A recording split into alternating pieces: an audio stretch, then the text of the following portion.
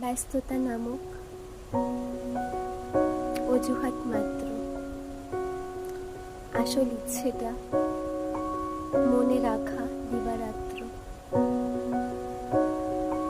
ব্যস্ততা হলো একটা অজুহাত নামেই, আসল ইচ্ছেটা মনের। কাউকে মনে রাখতে গেলে বা মনে করতে গেলে তার সাথে সারাক্ষণ কথা বলতে লাগে না। মনে রাখা এমন একটা জিনিস, ছোট ছোট কাজের মধ্যে, সারা দিনের মধ্যে তাকে ঠিক মনে পড়ে যাবে। আর মনে হবে দিনের শেষে আধ ঘন্টা তাকে দিই, তার জন্য আধ ঘন্টা বের করে রাখি।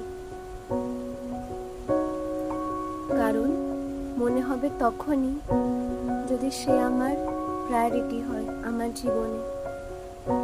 আর যখন এগুলো মনে হবে না, যখন 12 ঘন্টার মধ্যে 11.5 ঘন্টা কাজ করে আধ ঘন্টাও আমি অন্য কাউকে দেব, বাইরের কাউকে দেব বা নিজের জন্য রাখবো, তখন বুঝতে হবে আমার জীবনে অপর দিকের মানুষটার আসলে কোনো প্রায়োরিটি নেই। কি অদ্ভুত না?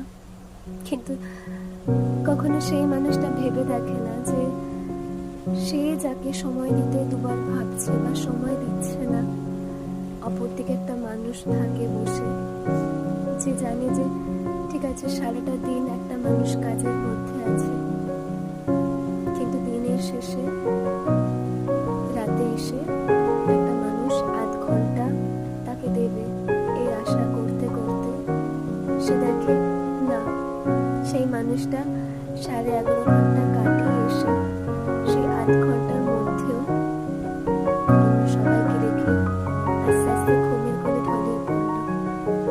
আর অপর দিকের মানুষটা নির্ঘুম রাত কাটাচ্ছে শুধুমাত্র অপেক্ষায়, হয়তোবা একরাশ আশায়।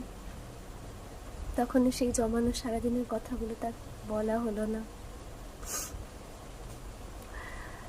তাই কাউকে কতটা সময় দেব বা না দেব এটা সম্পূর্ণ নির্ভর করে আমার জীবনে তার মূল্য কতটা, সে আমার জীবনে কতটা গুরুত্বপূর্ণ। এখানে সময়ের, কাজের এসবের কোনো মানেই হয় না। আর ব্যস্ততা তো নাই, হাজার ব্যস্ততার মধ্যেও চাইলে নিজের কাছের মানুষটাকে একটু সময় দেওয়া যেতেই পারে। আর যদি না দেওয়া যায় তাহলে ধরে নিতে হবে সেটা আসলে ব্যস্ততা নয়, মনের ইচ্ছেটা আসলে ধীরে ধীরে ক্ষীণ হয়ে গেছে।